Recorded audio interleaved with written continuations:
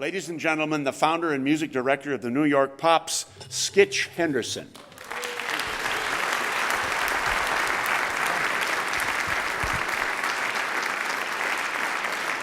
Good afternoon. Homage to the family.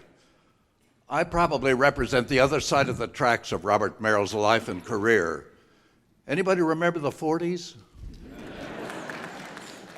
I was doing a radio show hosted by Lucky Strike, or they paid the bills, I guess. Dorothy Kirsten was on the show with Frank Sinatra, who was the star of the show, and I was a conductor.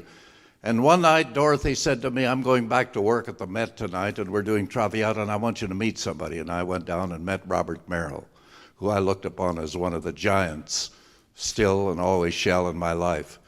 It was the beginning of the most fantastic friendship, musical friendship, a friendship of both the business side of our profession and the side that he really had his fame with the opera side. But his understanding of my world of variety was always phenomenal to me. I had many happy experiences with him. He spoke about the Traviata performance. Anybody remember the Salmaggi Opera Company in Brooklyn? Oh, you do, huh? This wasn't the most organized opera company in the world, and it wasn't well financed, as we say. When we went to do this performance of Traviata, the lady of the evening, the star, had gone to the loo or something, and I started with the orchestra, and the curtain came up, and she didn't appear.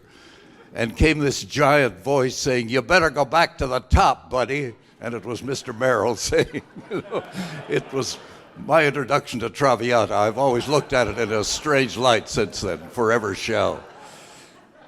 There was a time at NBC when we were getting rid of the symphony. It's terrible to say that, but we were dismissing the symphony, I should say that. And I had 2 hours. They had canceled the Bell telephone hour, had canceled the Monday night shows in radio because we were going to television, as they say. And as I became music director, I inherited most of that orchestra to give them work so that we could legitimately pay them. And those were wonderful Monday nights for me because Robert Merrill used to come and work with me so many, many times. It was a joy. He's been a joy in my life forever. I've worked with him in all kinds of variety, all kinds of television. I'll just say one last thing about television. On The Tonight Show, I had a very strict budget, $12 maybe. That was I don't know what it was. I had a very strict budget at that time, always. And when Merrill was the guest, I went to the music department and said, we have to fix things this week so I can have some strings. And we had a fairly ample string section this night that he was on the show with Carson, and it was the night of the first big blackout in New York. And anybody remember that? It started like at 6 o'clock. We were rehearsing. The lights went out while we were rehearsing.